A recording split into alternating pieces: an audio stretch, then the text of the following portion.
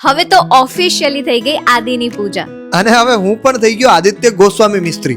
સવારે 4:30 નો અલાર્મ મૂકીને અમે 6 વાગે ઉઠ્યા, કારણ કે લગ્નમાં લેટ થવું કમ્પલસરી છે. સાચું કહું તો અમને લગ્ન જેવું કઈ લાગતું નહોતું, અને આ પહેલી એવી બ્રાઇડ હશે જે પોતાના સાસરે તૈયાર થાય છે.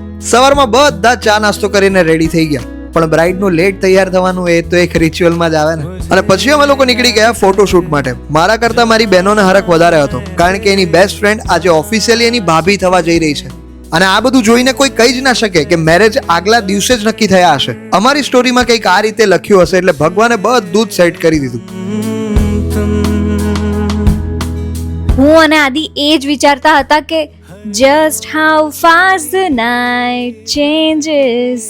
ક્યાં હું અને આદિ 6 વર્ષ પહેલા ટિકટોક પર મળ્યા હતા, અને હાલ હું એની સાથે મેરેજ કરી રહી છું. અમારા બેવના ફેમિલી બહુ જ હેપી હતા, બીકોઝ એ તો ત્યારની રાહ જોઈ રહ્યા છે જ્યારથી અમારો જન્મ થયો હતો.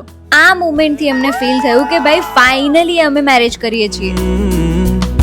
मैं समंदर की लहर तू मेरा and this was final moment.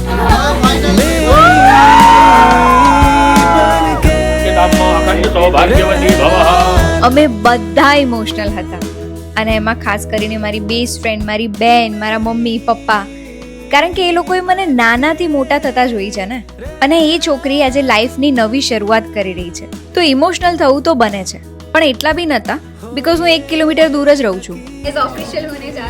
Court મેરેજના paper work કરી લીધા પછી અમે લોકો વરવધુ માલા સાથે ફોટોશૂટ કર્યું. અમદાવાદ છે તો ભાઈ રિવરફ્રન્ટને મિસ તો ના જ કરાય ફોટોગ્રાફી માટે.